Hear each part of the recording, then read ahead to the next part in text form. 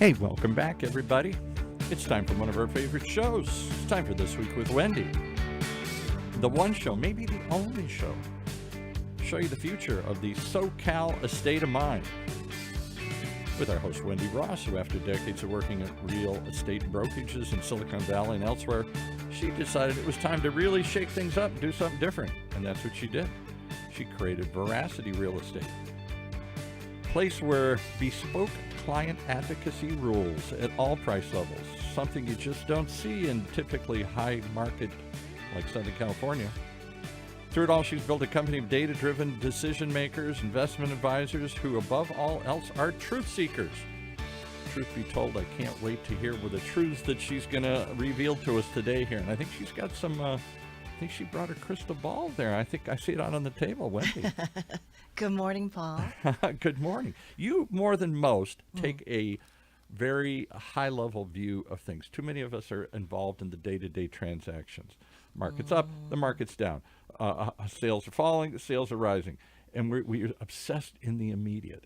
But you're always trying to say, take a step back and see either where we've been in the past or where we've gone. What's the big picture? And today, you got a big picture guy with you here today. I do. Well, and thank you for pointing that out, because you know you can count on me for a market perspective you can't find anywhere else. And part of the reason that that's so is because I align myself with experts and regional notables like Mayor Stephens to give us perspective on what it's like to live here, and it gives us more context. So we learned through these conversations about the benefits of both investing in real estate and of achieving your own American dream and living here in Orange County. So we're actually beginning a new series, and it's going to feature elected and appointed officials from Orange County cities. And to start off this series, I've invited Costa Mesa Mayor John Stephens to join us today. So Mr. Stephens did make his first appearance. Mayor Stephens made his first appearance on my show last year before the election. And that back then we discussed Costa Mesa becoming the city of the arts, Measure Y, and his bid to retain his seat as mayor. So we covered a bunch of ground.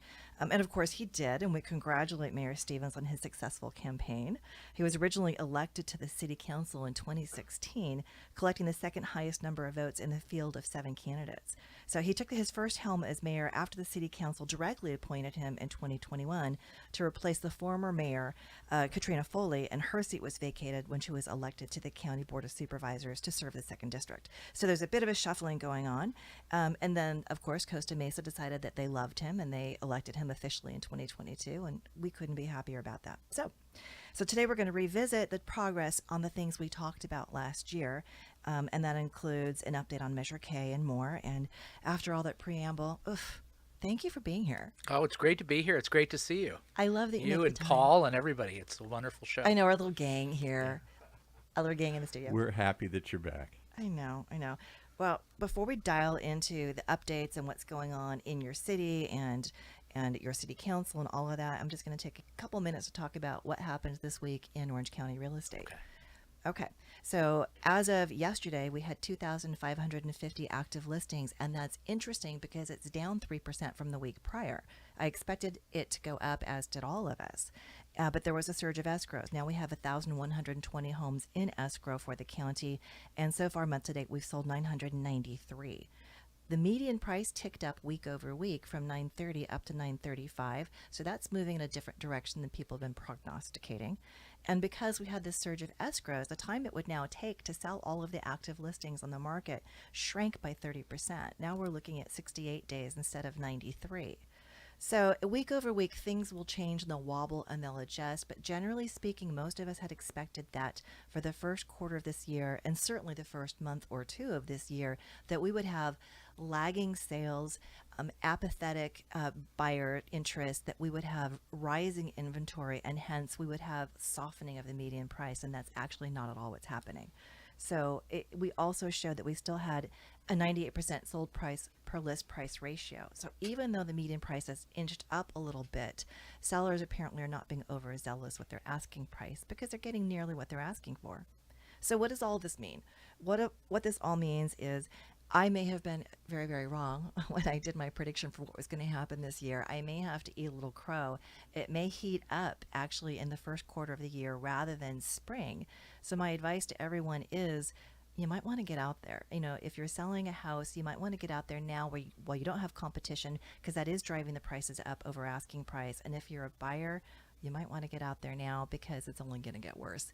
Interest rates are at, I think, where they're going to be hovering around for a while. So take advantage of all of this. The only thing that would change it is we had a couple naysayers say, yeah, but tech layoffs are real. Lots and lots of people are losing jobs in the tech sector.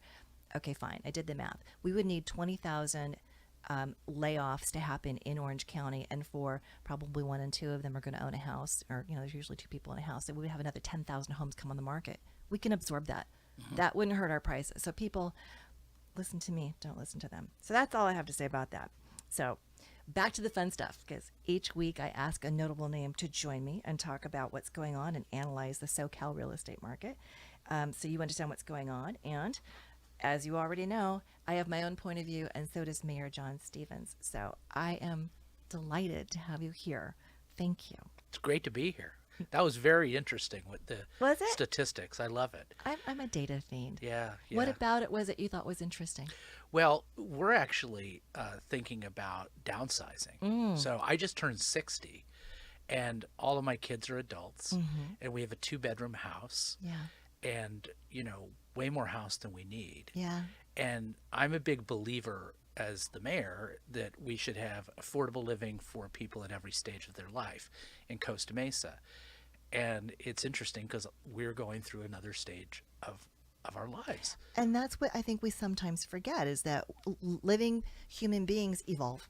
Absolutely. And our needs evolve at different stages of life. So that's often why we are moving locally. Yeah. It's interesting to turn 60.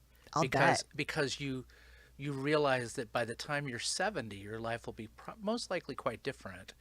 And that's not really true from 30 to 40 to 50 to 60, because those are kind of like the grinded out years. Right. Where you're having kids and you're taking them to sports games, and you're putting your head down and trying to earn enough money to put them through school. And, Right. we've got our last one that's going to graduate in June. So that'll be 4.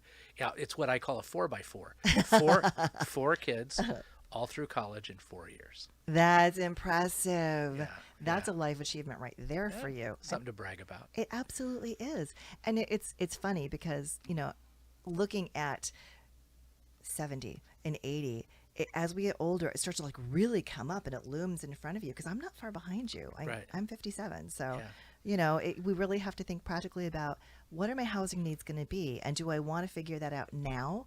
So I'm not doing an emergency, resheltering when my body changes or whatever, Right. my healthcare changes. And these are all conversations that I hope to have with you throughout the years. Yes. Because I see a lot of things happening in our community, like the decentralization of medical facilities and, and smaller medical units embedded in communities, which seems brilliant to me. Right. Yeah. That's important. Exactly. So anyway, before we get into this, I just want to, again, congratulate you on being officially elected and having your constituents acknowledge that they love what you're doing, Thank you. because that's not always easy, I am sure. Yeah. Yeah. It was actually bigger than that, Wendy. So Tell me. So our entire city council is the same after the election as it was before the election. That sounds remarkable. That's only happened once in the 70-year history of Costa Mesa, and it hasn't happened in 40 years. To what do you attribute that? I think that we did, of course, a lot of canvassing, and so we talked to a lot of people, right, knocked on their doors, and people were pretty satisfied. And, if anything, they complain about people driving too fast down their streets, and we're trying to address that in many ways. But I think they're pretty satisfied with our judgment. And the other thing too is, I think slowly, and certainly it was something that I really tried to focus on, is we have kind of calm civil discussion and discourse at City Hall. And for many years, it was and I participated in it as well as anybody else. It was sharp elbows and a knife fight up there. Rancorous, huh? Yeah. And I think people really appreciate that we have different points of view. Sometimes we vote differently, but we always respect each other. And then, and the staff, we respect the staff. And, so people voted in that direction, and so now we have some promises to keep. How refreshing that is, though. How unfortunate it is that it's so refreshing. Yeah. You know, how unfortunate it is. And this is so funny. It was very much the tone of my last week podcast where we talked about attitudes and gratitudes. People are just getting so grumpy and so adversarial, and that shoots, the progress in the foot. Right. Where no one gets what they want that way. Yeah, it's important to listen to people and acknowledge the Yeah. different expertise that people bring to the table, and we have a very talented city council in a lot of different ways. So it's great to be in a position of leadership to, really to run the meeting and to make sure everybody gets their say, and it's a talented group. That is so proud to be a wonderful. part of it. Well, it says a lot about you that group wants to be part of your team. Yes, that's true. That door swings both ways. We can't ignore it. Well, and obviously since November, there have been some exciting developments within your city, and we talked a little bit about being dubbed the City of the Arts. Yes. And so the world-class cultural scene. So tell us a little bit more about how that's progressing.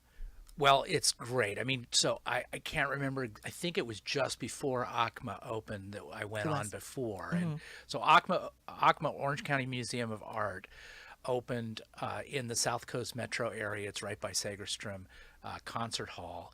And it opened on October 8th. And it was just a complete success. The weekend they opened at in October, they had more people than had ever gone annually to the prior location. That's how to give you an idea. Wow. And I had been to the prior location, and it was interesting. Even with the giant dog sculpture peeing on the building, you didn't know it was there. Right.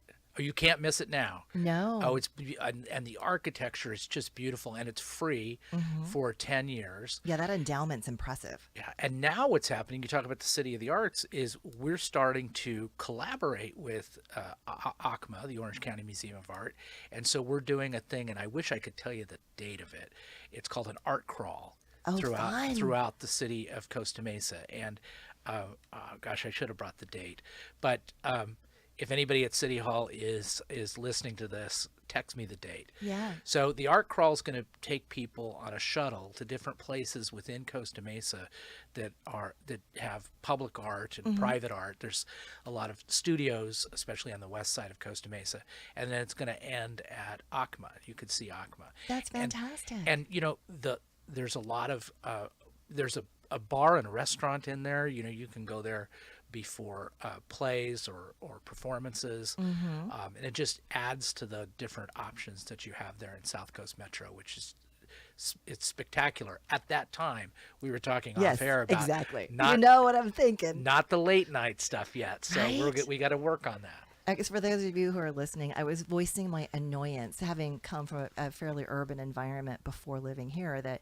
it's frustrating when you can't go in and order dinner after 8:30 or 9 o'clock at night.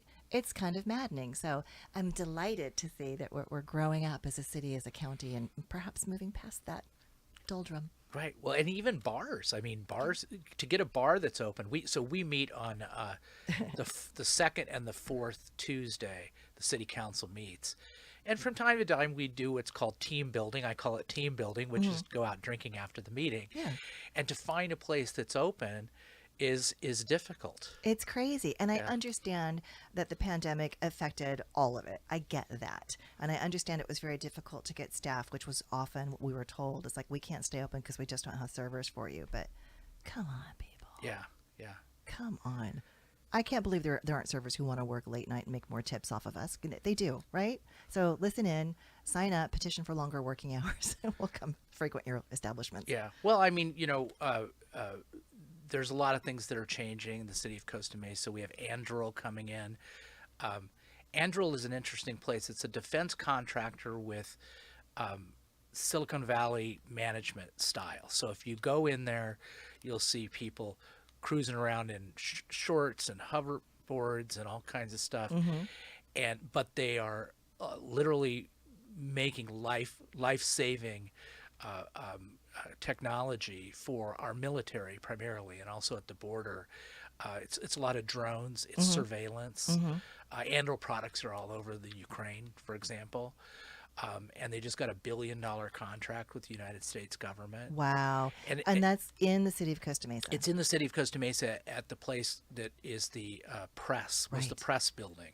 And that building had another concept that they were going to do, including retail and restaurant, but then Andrew bought it all out, or leased it. Leased it, It was the biggest commercial lease. It was 600. It's 640,000 square feet. Good the grief. biggest commercial lease in Orange County by a wide margin. That is incredible. And so, of course, that begs the question for me. So, all the people who are working there, a lot of them are going to be technical people moving in from other areas. Where are they going to live? Yeah, how are we going to address the housing? Oh yeah, that's a great question. I know. Well, last time you were here, we talked about the RHNA and the challenges with that. Right. Because of Measure Y, Measure K. I mean, what are you seeing as a solution to this? Okay, so just to kind of figure out who these folks are, I mean, the folks that are going to be working there, there's going to be up to 2,500 employees there. Their average income is $140,000 to $150,000. So they're going to be people who are going to have means. You know, like a lot of people in Costa Mesa live at or below the poverty line, which is about 72,000. So these are Right. going to be people with some money. So So even so, if the median rent is $4,000, let's say, that's $48,000 a year. That's a third of their income. yes, yeah, no, absolutely, yeah. So, oh, Yeah, no, I mean, and so we've got some strategies. So we talked to you. You mentioned Measure K. We got to start there. I mean, so we had Measure Y in 2016, which basically said that the voters had to vote on any project of really any magnitude, without getting into all the details. Sure. You know, anything of any size or scope, it had to be voted on by the people. And the city council. What happened is then there were no projects. right, nothing was Nothing. approved. Zero. Yeah. So in the period of time, just to put it in perspective, in the period of time from Measure Y until we put Measure K on the ballot, there was less than 200 units entitled in the city of Costa Mesa, housing units. In the year. In that 6-year period. Oh, Okay. dear Lord. In the last 2 years, there were 22 units entitled, and in the last year, none. So it was going to where there would literally be zero entitlement. So the city council couldn't handle that. So we put this group called the ad hoc committee, which was composed of Jeff Harlan, Andrea Marr, and Arliss Reynolds, in charge of coming up with a solution. So they came up with Measure K. They brought it to the city council, and then the folks on the city council, primarily Manuel Chavez, said, I want more. And so he threw more locations. What it does is Measure K basically says certain parts of the city are going to be essentially exempt from Measure K, not require a vote. And that would include all the commercial and office north of the 405, Okay. Harbor Boulevard, Newport Boulevard, Bristol, parts of Baker, the Trinity Broadcasting Network, Right. some parts of Placentia over there, Placentia and 19th, Okay. but primarily your big commercial corridors Right. and north of the 405. So in doing our getting our housing element certified, or we're in the process, we're close to getting it certified, we had to identify opportunity housing zones. And so we basically took the opportunity housing zones and we used that to craft these corridors, as we called them. So it went to the voters. There was some stiff opposition. I'm sure. Yeah, and it was so close, Wendy. This is amazing. It passed. To put it in perspective, there were over 32,000 people that voted. More people voted for Measure K than voted for mayor. That's a little offensive, but okay. Well, no, hey, but I got more votes than Measure K. Okay, but good. but anyhow, so 32,000 votes, over 32,000 votes. It won by 22 votes. Good Lord. 22 thin votes. And so a lot of the people who are against Measure K say that's not a mandate, and we're like going, so what? It's now the law. Yeah. So it's the law that, and so now we have to go to the next step, which is in Measure K, and it says we have to have what's called a visioning process, where we bring the community together and the residential community, the commercial community, the people like Andrew, and also developers, and say, let's all have a discussion openly about what would we like to see here, what would fit in Costa Mesa, and then once we come to that consensus or majority, then that will be the time that the developer community can come in and start making proposals. Right. And the projects still have to go through the planning commission and the city council. They just Right. don't have to go to a vote of the people. Right, and do all the environmental impact and traffic studies and all of that. All of it, Right. all of it. Which is, I mean, there's plenty of regulation already without a vote of the people in Right. in California. Right. Yeah. Yeah, it's interesting. I applaud you for that, and I know a lot of people aren't happy, but I think that they will be happy when they see that their lives aren't adversely impacted. Right. I think they'll calm down. Well, it's interesting, because I was just thinking about this. So you say people mostly complain about traffic and Right. congestion and things like that. But it's like, I was trying to put it in perspective. We have also Measure Q, which is our cannabis ordinance. So we're bringing in these retail cannabis businesses to fill in and build up areas, the commercial areas in Costa Mesa that really have been abandoned because the retail isn't what it used to be. Right, they're already underutilized. Right. And so that's been a pretty good success, but it's taking a long time. So we had one particular application that was heard last week by the Planning Commission, and it's a 300 square foot commercial space. And the average daily trips for 300 square feet of commercial space was 100. Okay, now think about that.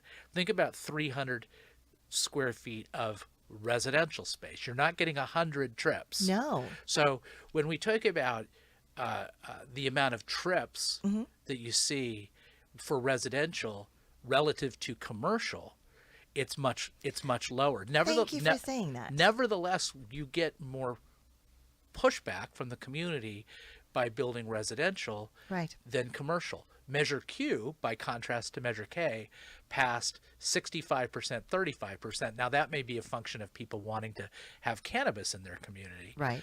But we didn't get the pushback on traffic. That is So it's so interesting. bizarre. Because when my husband was ill with cancer was when I really first became aware of cannabis and dispensaries and things, because it was very useful for him. And I was amazed how many people flowed in and out of those places. I thought, good heavens. And then when I heard about one development that was proposed in Fashion Island for the big car wash to convert that to to convert it to mid-rise condos, the NIMBYs came out with pitchforks about the traffic. I'm like, so you don't think that having 200 cars come in and out of here each day being washed is worse than people living here? Right. That's illogical. Yeah. So you were the first person I've heard say that's illogical. Well, we had a guy who's on the Planning Commission who's a great commissioner, this guy, Russell Toller. And I've got all the respect in the world for him. But when I was briefly on the Planning Commission, and I was there when there was a car wash Right. that was being approved. And it's a good car wash. I get my car washed there now. But, and I was excited that somebody's coming in and making an application, investing in the city from a commercial standpoint, and it passed with flying colors. But Russell said something interesting. He goes, okay, I'm going to vote for this. He says, but I really wish we could get some units of housing in that place, Right. as opposed to the car wash. I love Russell. Russell's great. Russell is great. We got to get him on the show. You should. He's a fascinating guy. That would be fun. Okay, put a pin in that. We'll do that soon. Yeah, Russell Toller, and we just reconfigured the Planning Commission. We've got a new chairman, Adam Erith, who took over for Byron DeEricle, who Byron was such a legend in the city as a planning commissioner, the chair of our planning commission, that we gave him the key to the city. Oh. And I've only given one other key to the city, and that was to April Ross.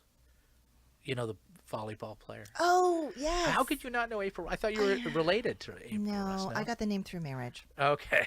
All right. Yeah, that was my mix. So, no, that's fascinating. Well, I'm delighted to hear about how you've addressed the situation with not getting approvals for projects in a way that at least a small majority approves of, so you can continue to having peaceful, intelligent conversation, between the city and its constituents.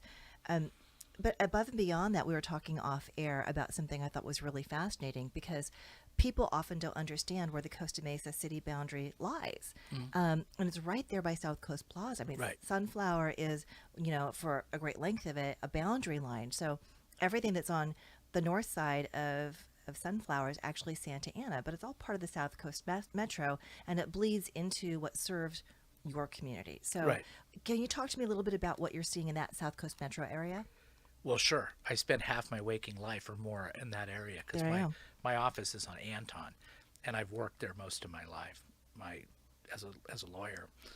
So I know the area well, and I'm also going to become more kind of connected with the Santa Ana. We got Phil Becerra, who's the council member who represents that area, but I have a lunch on calendar with Valeria Mesqua, who's the new mayor of Santa Ana.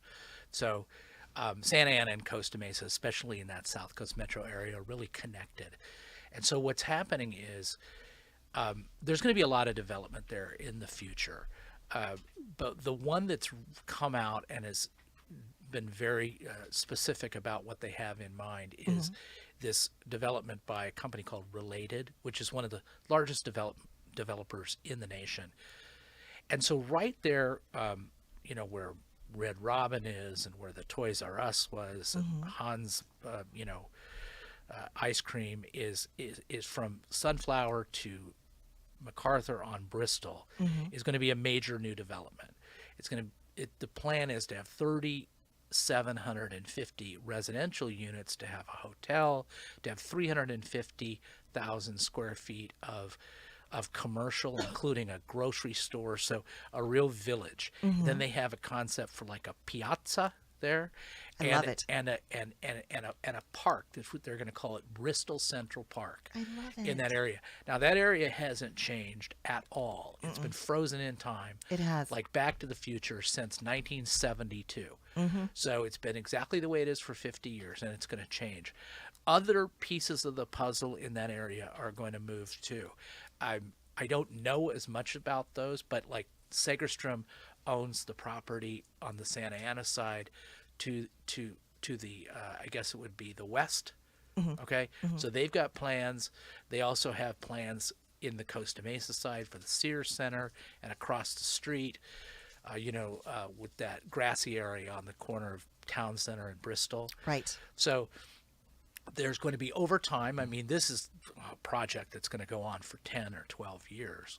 So over the next 10, 12 years, you're going to see a real transformation in that area. I love it. And if people want to know more about these projects, especially the ones that are on the Costa Mesa side, they can go to the city website and take a look at the proposals, correct? Well, yes and no. I mean, I think, yes, in Santa Ana with the Related proposal, the proposals for Segerstrom, I don't think they're at that stage yet. When they get to the point where they're asking for approval, then yes, you would see them. Yeah. But I always worry with the Segerstroms because, they give me kind of nuggets, just enough to whet my appetite. And I worry about whether I should talk about those publicly. Understood. But the thing about it is, you got to remember what the Segerstrom family is. I think that the city of Costa Mesa has a very high level of trust. They've been because visionaries. Visionaries and nothing but quality. Correct. I mean, the whole city of Costa Mesa used to be or that area, not the whole city, but that area specifically, used to be the world's largest producer of dried lima beans. I know it. I loved that when I learned it. I'm like, so we went from lima beans to Chanel. Yeah. Literally. And the Segerstroms, and then thereafter the Sakiokas came and turned it from a kind of a farming area to a developed area. Right. Of completely beautiful mixed use. Right. I mean, who could argue with it? No, It's but great. granted, that was in the 80s. Yes. Right. And so now here we are. Well, actually in the 60s. So oddly enough, the South Coast Plaza opened in 1967. It opened the same year as Fashion Island. So they opened the same year. And when I talk to the folks at Segerstrom and I go, what was the turning point? Where did it really take off? Because, it's grown. South Coast Plaza itself has grown Right. through the years. And they said Nordstrom. So Nordstrom was the first outlet that Segerstrom allowed them to own the real estate. Oh. Okay. Later Sears, and then this Nordstrom in Costa Mesa was the first Nordstrom outside of Seattle. Yeah. And those two, Henry Segerstrom and Nordstrom, I don't know his first name, kind of took a leap of faith together, like Butch and Sundance, and they bet on each other. It's John W. Nordstrom. John W. Nordstrom, there you go. And it took off in Costa Mesa. That's wonderful.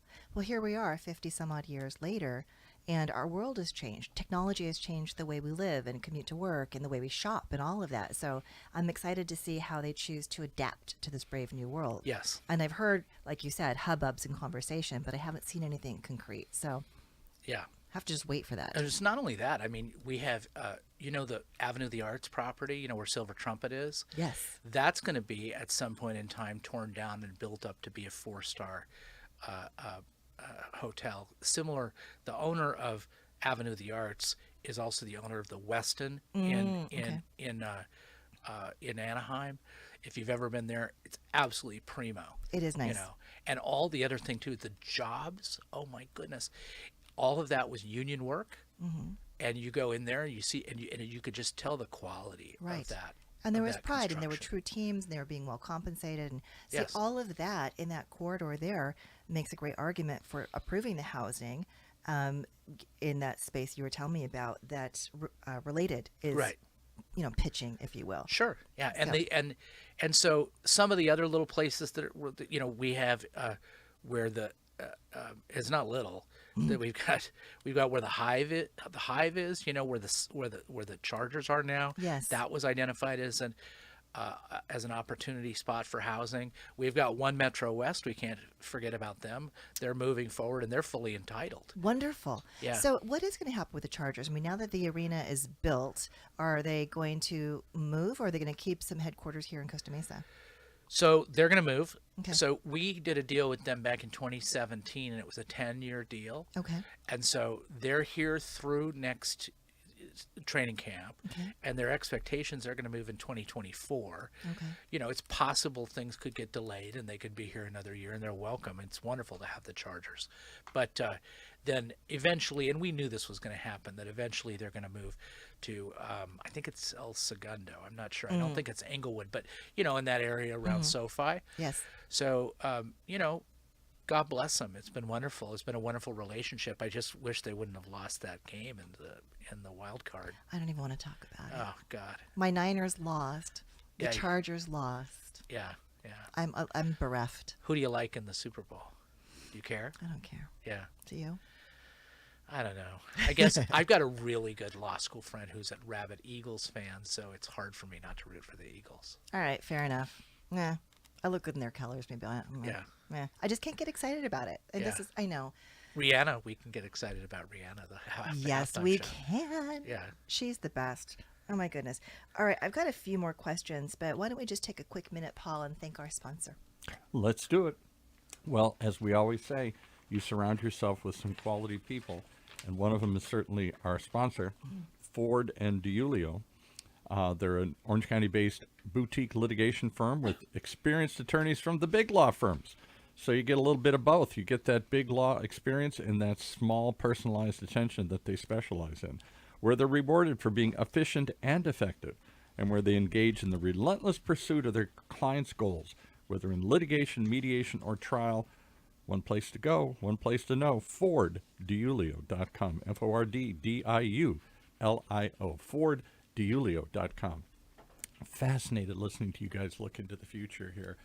I ask everybody who comes through these doors, I know I've asked the Honorable Mayor this question before, but I'll do it on air again here. What is the future of Orange County? Are we going to become San Francisco? Because it seems like housing, all-time high, housing shortages, critical, trying to find places, pockets to stick more people in here. No shortage of people still want to come here. And yet, land's filled, Right. other than redevelopment. Right. So are we going to go up?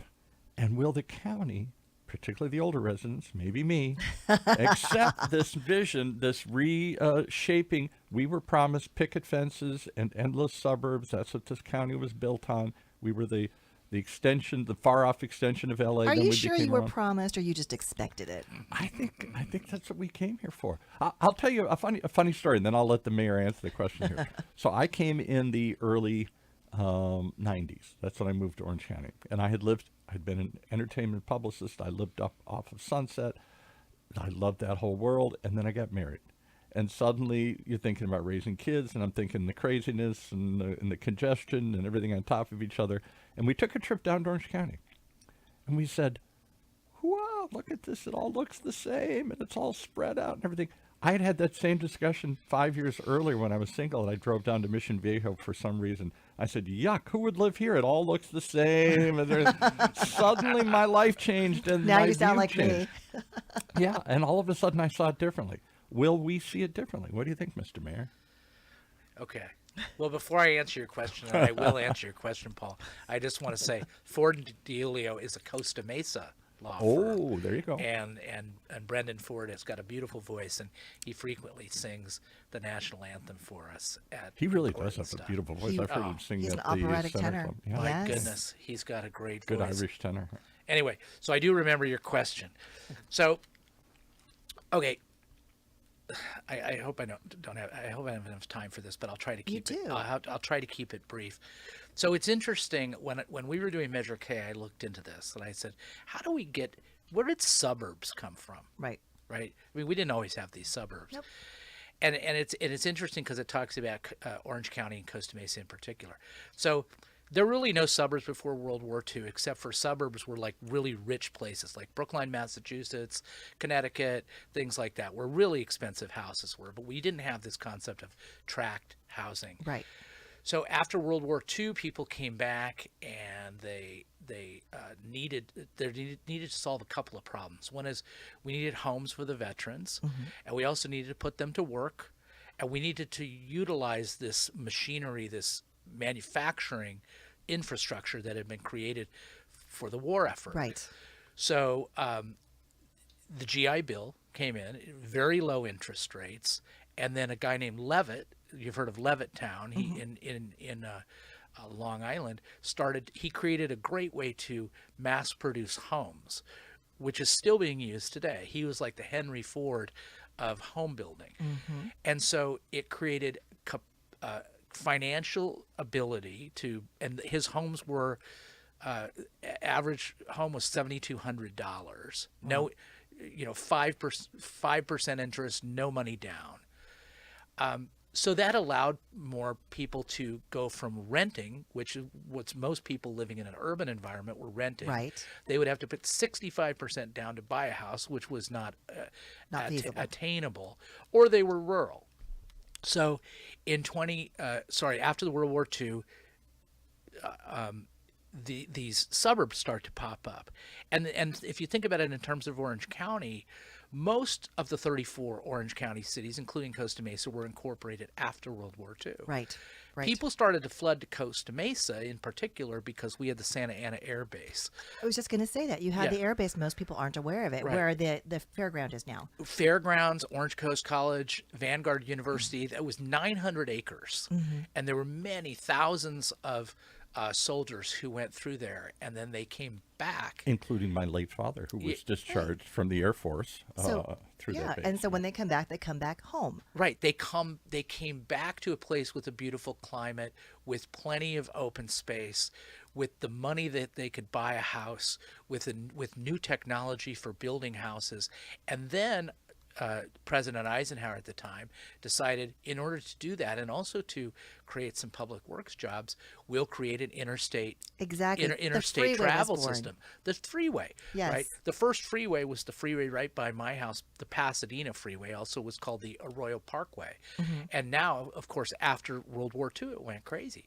So that's the circumstance that occurred after World War II, and then the baby boomers come in and they kind of move forward with that too, and now though the problem is we've kind of hit a wall, Right. where the next generation is not in a position to participate in that Right. because They can't you said afford to. it's $935,000 average price is what you said. Yeah, the And median price is 900. It's effectively $1 million. yeah, Come on. and it's higher in Costa Mesa. Yes, it is. So then where are people going to live? And people start to think differently about shelter, what's important to me.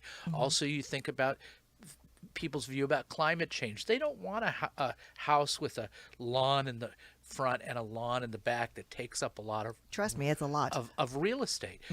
So people are the next generation of folks, the post-baby boomer types. So I'm an old school baby. I'm the last of the baby boomers, born in 1963. The last 64 was the last baby boomers. So they're starting to say, what about a different way to live? What about a different way to have shelter? Do we really need all this land? Do we need this house? And so the idea is putting up alternatives for them. Right. And to have the market meet the demand. Exactly. Now, there's still going to be, but people shouldn't be threatened by that because it's like, I can still have my single family house. Nobody's going to build an apartment on top of my house. Those options are still going to be embedded for generations and generations. But to create a new way of living, which has a sense of place, that has like a walkable, bikeable type environment, is something that the next generation is looking for.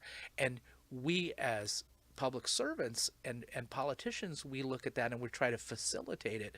But we have a challenge because, if I'm being real, is the folks that do live with lawns, things like that, they vote at a much higher propensity than the people that want to Right. live in the higher density environment. Right. So we have to be sensitive to protecting their lifestyle, and while allowing some further building of people who want that type of housing product.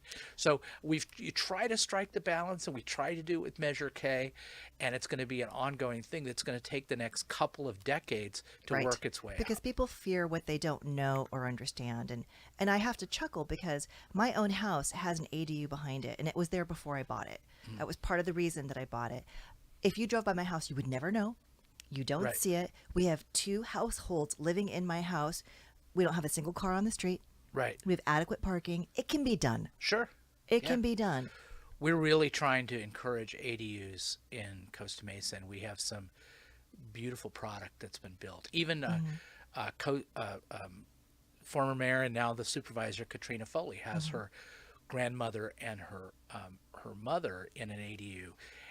And I went over there, and it's beautiful. It's stunning. Vaulted ceilings, and I could Yes. easily live there. Well, Kara and I toured, Kara, my marketing guru, she went with me and we toured some property in Long Beach for an investor looking up there. And there was this wonderful situation where there were 2 homes on a lot. The back was an ADU, and they were so beautifully done. And that would be ideal for someone who either had an adult child who, let's say, came back and he's got some wonderful like med tech job and can't find a place to live, put him back there. Or like you said, an aging parent. It is really an ideal way to live, and it's unfortunate we're having such a challenge. Right. And the interesting thing too, you bring that up, is when you do, and it wasn't really just happening this year, but I've noticed it.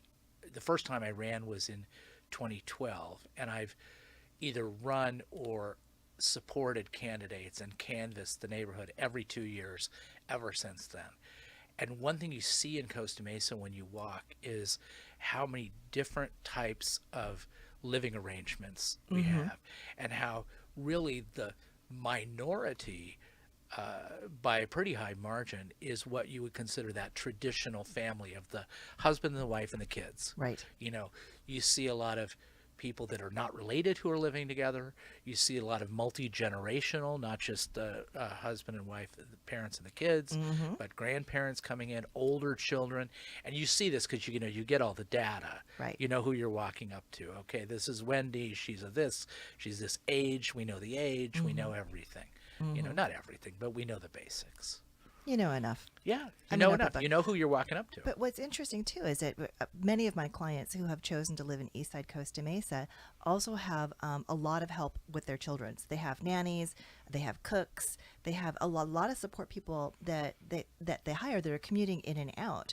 And ADUs would be ideal for a lot of those. So they could Right. have them there on site, and it actually would eliminate a lot of the traffic. Yeah, yeah. You know, it's like, come on, people.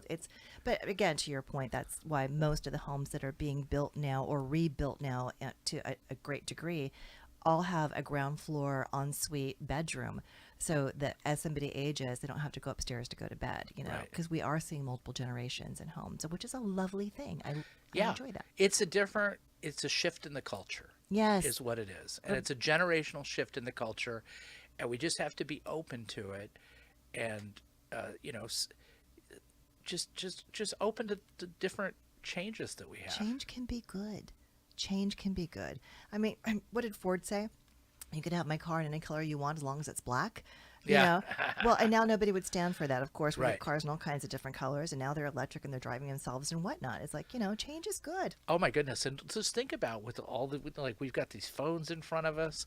I mean, when I first started practicing law in the late '80s, lawyers did not have computers on their desks. Wow. And now they have computers in their pockets. And that's why you always had the bookshelves with the books, because you had the Yeah. law books, because you were doing, you know, actual referencing in You're reading a book. books. Yeah.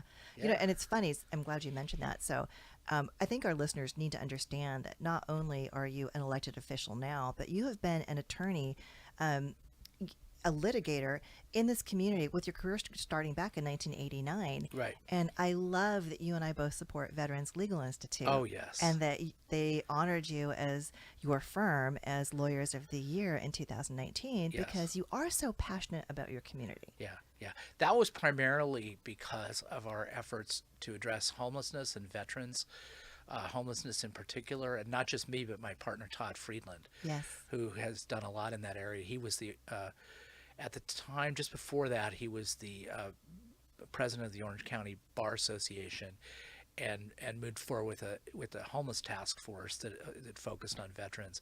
And we have some really interesting things that are happening. You know, we haven't really talked about homelessness, but that's an interesting topic. And we have a Project Home Key is allows motel conversions. Yes. And the money that we got to execute that came from the federal government, most of it from the state, and some from the county.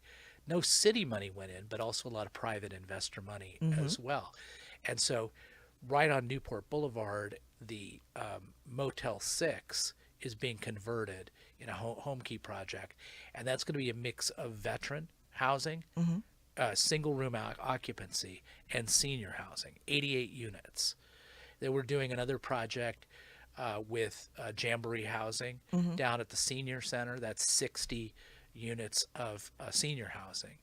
So we're trying to look at places to create permanent supportive housing for people that graduate from our shelter. Right. And that's at the at the very low end. You know, like I said, I mean, people should be able to live in Costa Mesa at all different ages and income levels. Right. That's the way it is in Costa Mesa, where inclusivity is one of our core values. Right. That's not the way it is with every city. I mean, some cities you'd say we want to be exclusive. Yes. And that's cool. I mean, that's their choice.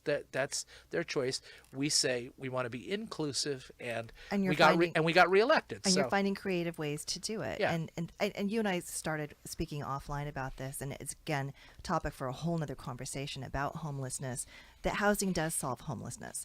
It's not as much an issue of the ancillary issues of mental disease and these other things, drug use and whatnot. Those, of course, exist. But the primary driver is when we provide them with affordable housing, everything changes for the better. Yeah. It's interesting. I'm reading this book I told you offline. It's called Homelessness is a Housing Problem. Yes. So you don't probably have to read past the title to understand what's in the book. Right. But then they go through and they break down all the different things that you associated with somebody who is homeless. Some mental illness, some drug addiction, low income, loss of a job, bad luck, whatever the case may be. And they say, okay, those factors describe why one individual might be homeless. But what they don't describe is, why does one region have more homelessness than the other? And they say, like, if you were to compare Seattle, which has a lot of homelessness, or San Francisco and Chicago, which has very little homelessness, you'd say, and by the way, this is sheltered and unsheltered. We get into the whole discussion about shelters, but let's Yes. leave it at that. So you say, well, what's the difference? And the difference is the cost and availability of housing. So the biggest two factors to predict why one region has a lot of homelessness versus another region are the absolute cost of housing in the region Right. and the vacancy. Okay, Yes. so you say, okay, well, where do we stack up? So I've got these statistics about Costa Mesa. I love data. I got to read this. He's ready for me. So in Costa Mesa, we have 2% vacancy rate. Which is nothing. We have a studio apartment. The average is $2,100. A one-bedroom apartment. The average is $2,600. 2 bedrooms, $3,100. This is rent. 3 bedrooms, $3,300. Okay. We have, in terms of burden, we have 50% of our renters have a spend more than 30% Oh yeah. on their housing. Right. And that's before utilities and food. Right. 47% are households considered very low or extremely low income or low income. And so, but what are we going to do about this? And when we talk about that, there's building affordable housing is important, but also just even market units affect the market. This is the old, economics 101, supply and demand. Right.